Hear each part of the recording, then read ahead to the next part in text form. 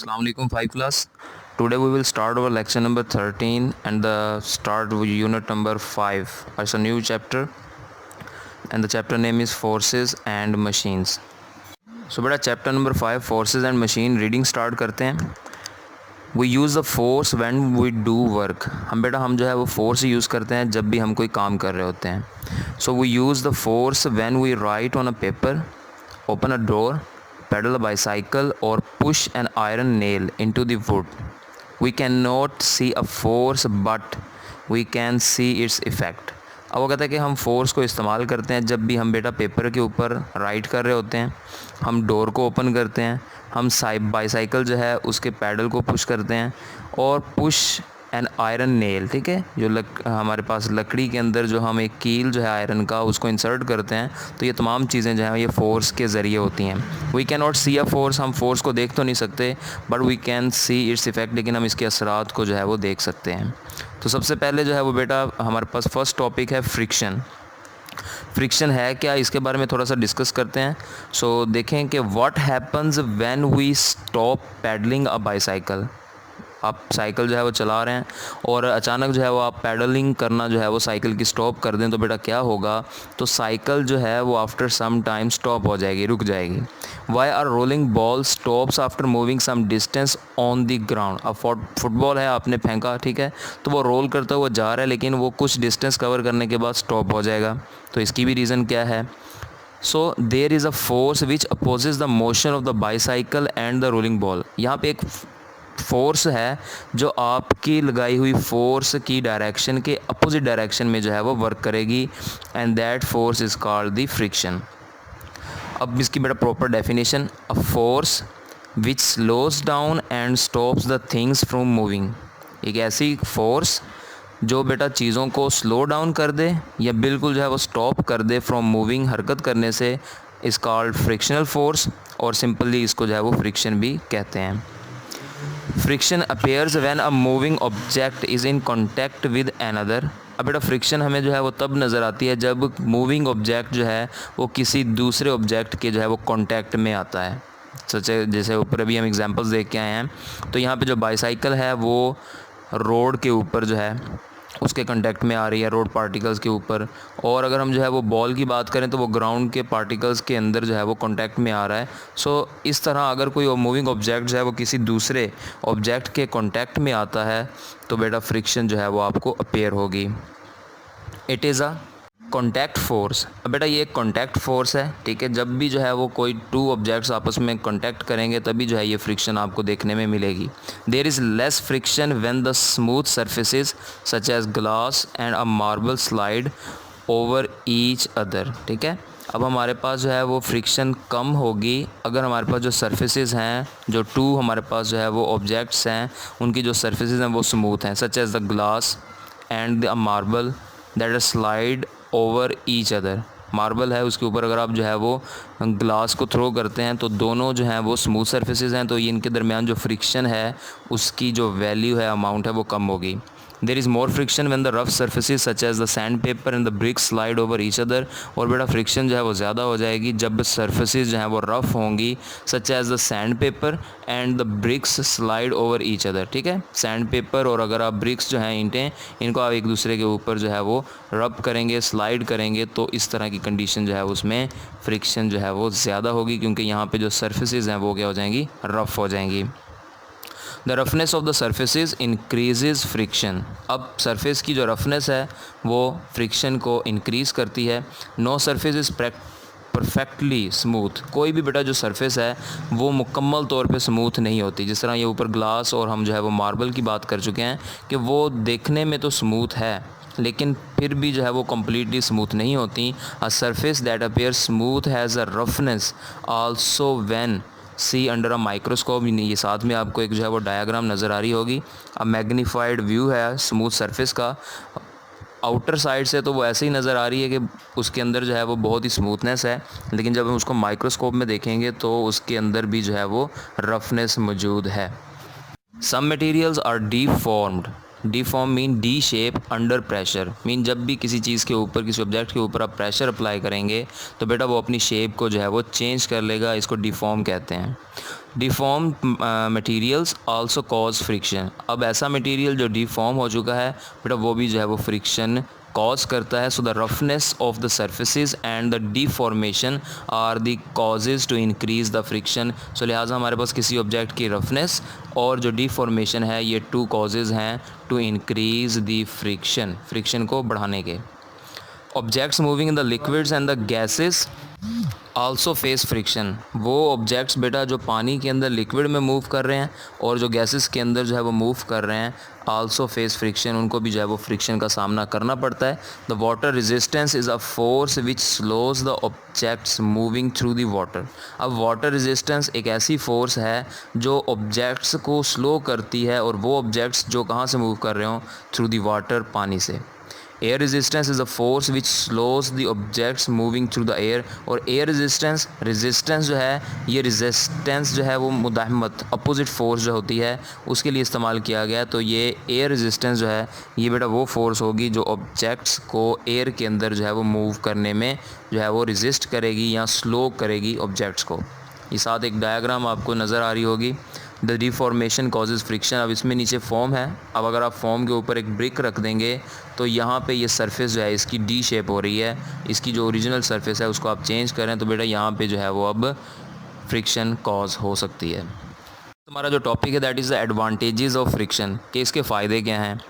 Many of our daily life activities such as walking, writing and stopping the fast moving vehicles by applying brakes are due to friction। बेटा हमारी जो daily life activity होती है उसमें जो हम चलते हैं, लिखते हैं, या हम किसी फास्ट मूविंग व्हीकल को जो है वो अगर हम स्टॉप करना चाह रहे हैं रोड के ऊपर तो हम अप्लाई करते हैं ब्रेक्स को, और ब्रेक्स जो है वो फ्रिक्शन की वजह से ही फास्ट मूविंग व्हीकल्स को स्टॉप करती हैं। We can not write if there is no friction between the paper and the pencil. हम बेटा लिख भी नहीं सकते अगर जो है वो हमारी पेंसिल और जो पेपर है जिस पे हमने राइट करना है इन दोनों सरफेसेस के दरमियान फ्रिक्शन ना हो। When we write and rub a pencil on the paper, the friction is produced due to which carbon particles leave a mark on the paper। अब कार्बन पार्टिकल्स यहाँ पे कहाँ से आएंगे। सो बेटा आपकी जो पेंसिल है उसका जो सेंट्रल पोर्शन होता है, ठीक है, ब्लैक इन कलर, तो वो आपका जो है वो कार्बन का बना होता है। सो वही कार्बन जो है वो जब आप रब करते हैं पेंसिल को पेपर के ऊपर तो फ्रिक्शन की वजह से वहाँ पे मार्क्स आ जाते हैं जो आपके कार्बन पार्टिकल्स के होते हैं। The friction between the shoes and the earth enable us to walk और रन ऑन द ग्राउंड। अब हमारे जूतों के और अर्थ की सरफेस के दरमियान जो फ्रिक्शन है ये हमें चलने में और भागने में जो है वो ज़मीन पे मदद करता है। When the grooves on the sole of our shoes slide on the rough surface of the floor the friction is produce. हमारे जो है बेटा शूज़ होते हैं इनके अंदर जो है वो नीचे जो सोल होता है, ठीक है, इसके अंदर डिफरेंट टाइप ऑफ डिज़ाइंस बने होते हैं। वो जितने ग्रूव्स हैं वो ज़्यादा होंगे, आपकी जो है वो फ्रिक्शन आपकी सरफेस के साथ उतनी ही वो ज़्यादा होगी। और यहाँ पे जो रफ़ सरफेस है या रफ़ एरिया है फ्लोर का वो जो है वो ज़्यादा फ्रिक्शन को प्रोड्यूस करेगा। It gives over shoes the grip we need to walk. जितना बेटा ये नीचे से सोल जो है वो स्मूथ होगा, ग्रूव्स कम होंगे तो फ्रिक्शन की अमाउंट जो है वो कम होगी और आपका जो ग्रिप है रोड के ऊपर वो कम होगा। बट अगर यही जो है वो ग्रूव ज़्यादा होंगे, फ्रिक्शन ज़्यादा प्रोड्यूस होगी, तो बेटा ये आपको जो है वो ग्रिप प्रोवाइड करता है टू नीड टू वॉक, जो आप चलने के लिए, रनिंग के लिए, किसी भी चीज़ के लिए इस्तेमाल कर सकते हैं। सिमिलरली बेटा इसी तरह the friction between the tyres of the vehicles and the ground enables them to stop when the brakes are applied. इसी तरह जो फ्रिक्शन है ये व्हीकल्स के टायर्स के दरमियान, गाड़ियों के टायरों के दरमियान एंड द ग्राउंड और ज़मीन के दरमियान जो है ये उसको इनेबल, इस काबिल बनाती है कि वो स्टॉप हो जाए vehicle.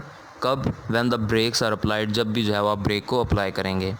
Birds can not fly if there is no air resistance. बेटा परिंदे जो हैं ये भी उड़ नहीं सकते अगर एयर रेजिस्टेंस, हवा के अंदर वो फोर्स मौजूद ना हो जो फास्ट मूविंग ऑब्जेक्ट्स को स्लो करती है, तब भी जो है ये फ्रिक्शन प्रोड्यूस नहीं हो सकती। The reaction of the pushed air enables the birds to fly. अब जो रिएक्शन है पुश एयर का, वो जो एयर इनको पुश कर रही होती है, ठीक है, फोर्स लगा रही होती है, वही इन बर्ड्स को जो है वो फ्लाई करने में मदद देती है। बेटा नेक्स्ट हमारा जो टॉपिक है that is disadvantages of friction. कि फ़ायदे तो हमने देख लिए हैं, अब नुकसान क्या हैं। Despite friction is very important to us, it has many disadvantages too. अब बजाय इसके कि, या ये भी हम कह सकते हैं कि फ्रिक्शन के बहुत सारे फ़ायदे हैं। हम सबको पता है कि फ्रिक्शन हम अभी देख चुके हैं कि जी ये परिंदों को उड़ने के लिए, हमें चलने के लिए, लिखने के लिए, ठीक है, तमाम चीज़ों के लिए जो है वो हेल्प आउट करता है। लेकिन उसके अलावा इसके बहुत से डिसएडवांटेजेस भी हैं।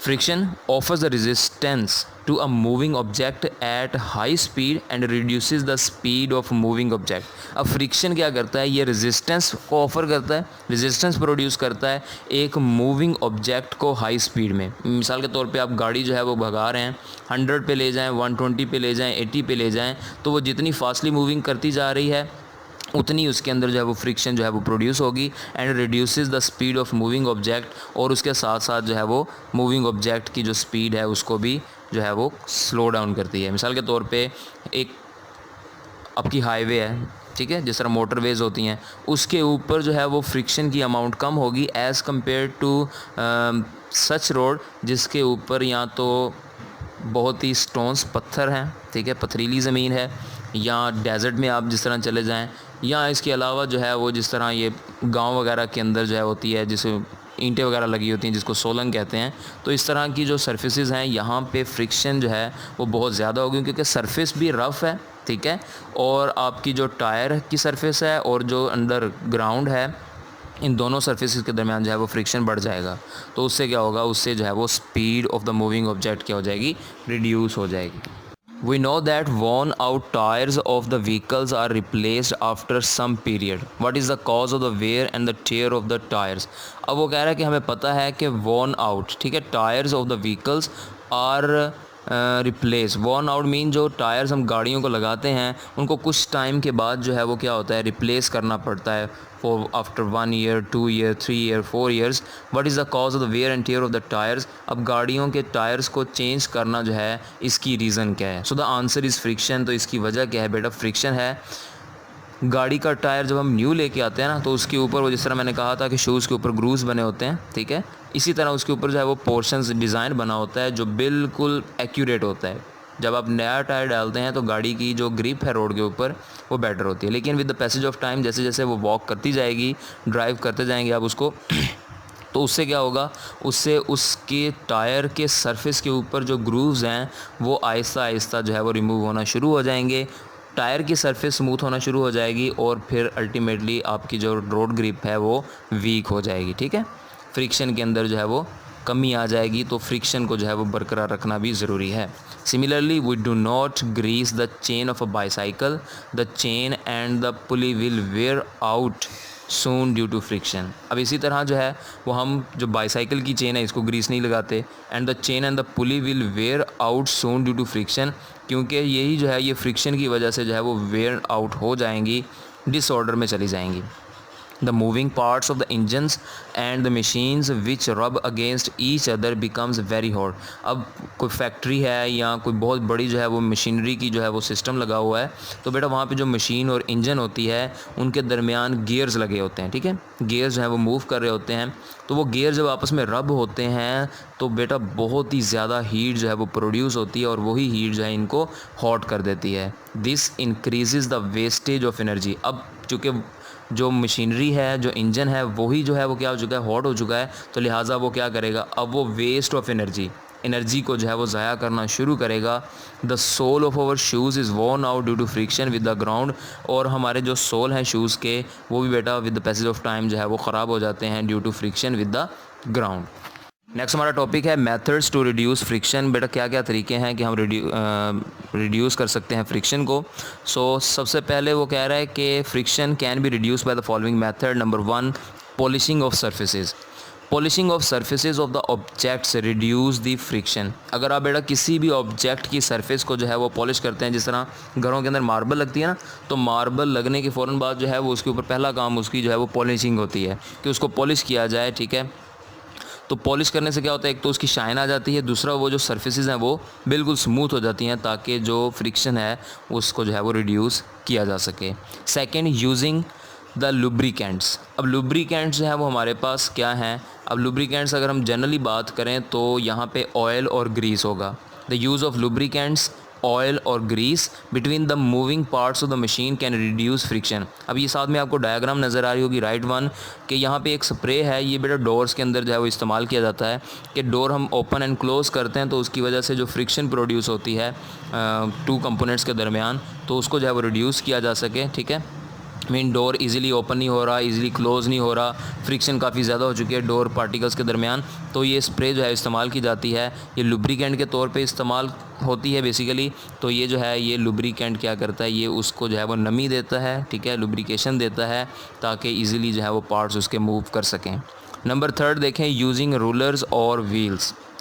Friction in the rolling an object over another is much less as compare to sliding. Roll करना किसी चीज़ को एक किसी दूसरी ऑब्जेक्ट के ऊपर रोल करना, ये बेटा कम फ्रिक्शन को जो है वो प्रोड्यूस करता है एज़ कम्पेयर टू स्लाइड। जैसे आप स्लाइड करते हैं, ठीक है, जिस तरह स्लाइडिंग हमारे पास जो है वो झूले लगे होते हैं, उसके ऊपर जब आप स्लाइड कर रहे होते हैं तो फ्रिक्शन की अमाउंट बहुत ज़्यादा होती है एज़ कम्पेयर टू रोल। ठीक है, अगर आप वही जो है वो किसी चीज़ को रोल करवाते हुए उसी स्लाइड से जो है वो नीचे फॉल कर दें। देयर फॉर द रोलर्स और the wheels are use to pull a cart or a trolley on the floor। इसलिए बेटा हमारे पास जो है वो रूलर्स या हमारे पास व्हील्स, टायर लगे होते हैं किसके ऊपर, या तो ये जो कार्ट होती है, ठीक है, जो आपकी लकड़ी की बनी होती कार्ट होती है, इसके ऊपर, या जो टीवी ट्रॉली होती है इसके नीचे जो है वो आपके टायर्स लगे होते हैं। डिफरेंट ऑब्जेक्ट्स के नीचे जो है वो टायर्स लगे होते हैं या व्हील्स लगे होते हैं। तो वो व्हील्स बेसिकली क्या करते हैं, वो ईजिली जो है वो मूव करवाने में हेल्प आउट करते हैं। They reduce the friction and make over work easier. एक तो ये कि वो रिड्यूस करते हैं फ्रिक्शन को, दूसरा यह है कि उसकी मदद से, व्हील्स की मदद से या रूलर्स की मदद से जो है वो हम अपने काम को आसानी से परफॉर्म कर लेते हैं। नेक्स्ट बेटा जो टॉपिक है that is number 4, using ball bearings. अब बॉल बेयरिंग जो है ये नीचे आपको नज़र आ रहा होगा, ठीक है, राइट वन जो डायग्राम है। Ball bearings change the sliding friction into the rolling friction. ये बेटा जो स्लाइडिंग फ्रिक्शन है, मीन कोई ऑब्जेक्ट जब हम स्लाइड करते हैं तो उसके अंदर जो फ्रिक्शन प्रोड्यूस होती है ये उसको चेंज कर देता है रोलिंग फ्रिक्शन के अंदर। ठीक है, they are usually placed around an axle so the rotation of the wheel become easier. ये बेटा नॉर्मली जो है ये आपके जो एक्सल्स होते हैं उसके साथ जो है वो प्लेस किया जाता है ताकि जो व्हील है उसकी रोटेशन जो है वो टर्निंग जो है वो थोड़ी सी आसान हो जाए। फिफ्थ पॉइंट है स्ट्रीमलाइनिंग द बॉडी।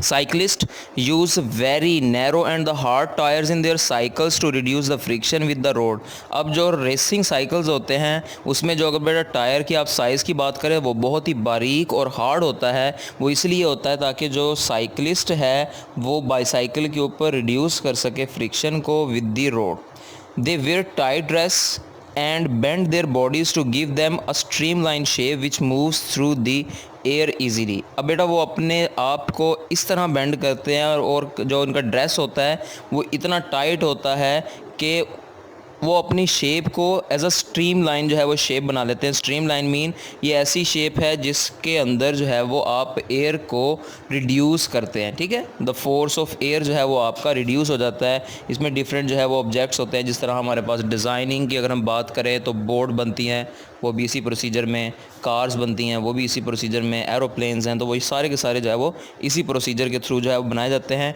इसको एरोडायनामिक जो शेप होती है वो भी कहते हैं। So this shape faces minimum air friction when moving.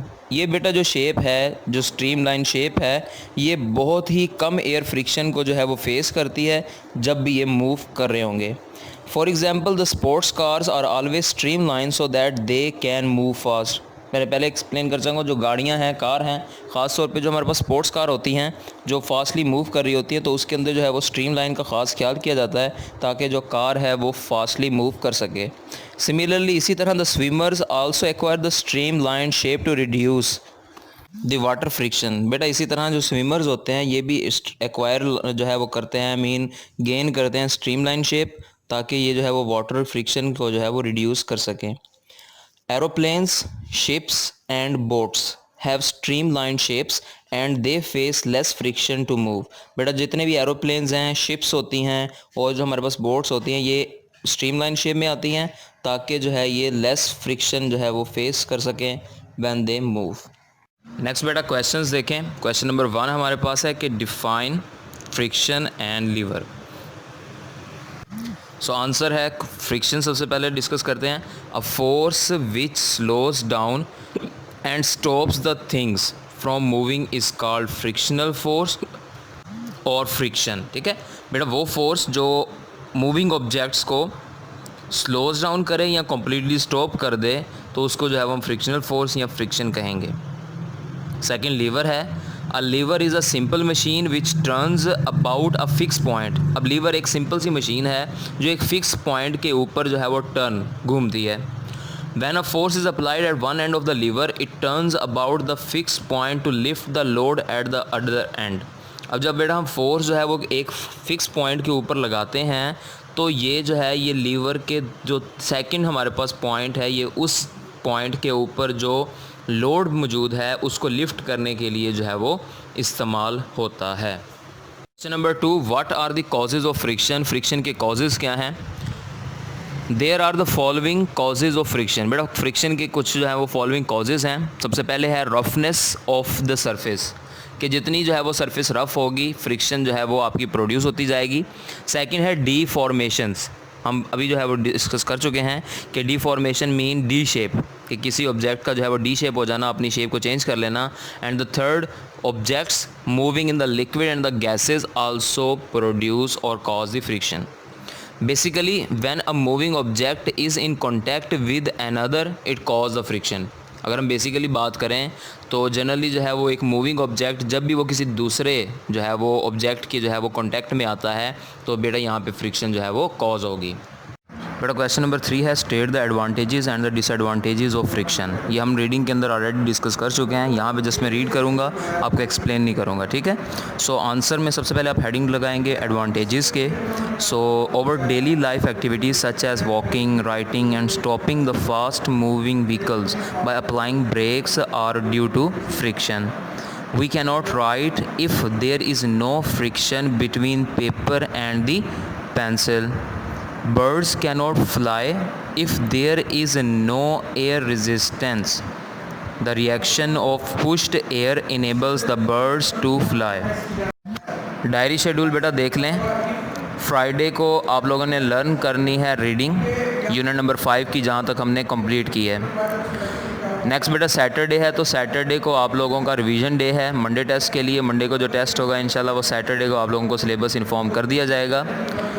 अब चूँकि सैटरडे जो है वो रिटर्न डायरी डे था, तो अगर वहाँ पे डायरी नहीं गई तो अब जो है वो मंडे यहाँ पे जो है वो फिर, लेकिन चूँकि मंडे भी डायरी डे नहीं है तो इसलिए यहाँ पे रिटर्न डायरी डे तो नहीं है, लेकिन लर्निंग का है आपके लिए। तो लर्न जो है वो आपने करना है question number 1 and 2। Learn question number 1 and 2। Tuesday को बेटा learn and right question number 3 and 4। और बेटा वेडनेसडे को आपने learn all short questions unit number 5 1 to 4 ये आप लोगों ने कंप्लीट याद करना है। अगर बेटा किसी भी बच्चे को टेस्ट के अंदर या सिलेबस के अंदर या इस लेक्चर के अंदर किसी भी तरह का कोई क्वेश्चन हो, कोई टॉपिक, कोई भी चीज़ ना समझ आ रही हो तो बेटा ग्रुप के अंदर जो है वो डिस्कस कर सकता है। बाकी जस्ट एंड में यही बात करनी थी कि आप सबको पता है बेटा मंडे को आप लोगों का टेस्ट होता है, तो काइंडली तमाम बच्चे चाहे वो रेगुलर हैं, हिफ्स का कोई बच्चा है, ठीक है, तो काइंडली वो टेस्ट डे मंडे रात 12 बजे तक, मंडे रात 12 बजे तक वो अपने टेस्ट को हर हाल में सेंड करेगा। रात 12 बजे के बाद मीन मंडे के बाद आपका टेस्ट किसी भी रीज़न हो, कोई भी हो, ठीक है, आपका टेस्ट जो है वो एक्सेप्ट नहीं किया जाएगा। टेस्ट के ऊपर बार बार कहा जाता है 3 चीज़ें लाजमी मेंशन करें, आपका नेम, आपका सेक्शन और क्लास, ठीक है, ये 3 चीज़ें जो हैं वो लाजमी मेंशन हो। और टेस्ट के अंदर जो बेटा अटेंडेंस है उसको यकीनी बनाएं। 5 क्लास की अटेंडेंस जो है वो बेटा काफ़ी कम है। बहुत से बच्चे जो हैं, बोथ साइड, सिर्फ मेल साइड नहीं या फीमेल साइड नहीं, दोनों साइड हैं, मेल भी और फीमेल साइड भी, दोनों साइड पे जो है वो बच्चों की अटेंडेंस नहीं है टेस्ट के अंदर। तो काइंडली बेटा टेस्ट जो है वो आप लोगों की प्रिपरेशन के लिए होता है, इसको जो है वो फोकस करें, अच्छी तरह जो है वो टेस्ट को जो है वो परफॉर्म किया करें। ताकि जो है ये जितना हमने सिलेबस पढ़ लिया है ये आपको अच्छी तरह जो है वो याद हो जाए। ओके बेटा, अल्लाह हाफिज़। डिसएडवांटेजेस की बात करें तो it reduces the speed of moving objects, the moving part of machine and engines become hot due to friction, the sole of our shoes is worn out due to friction with the ground.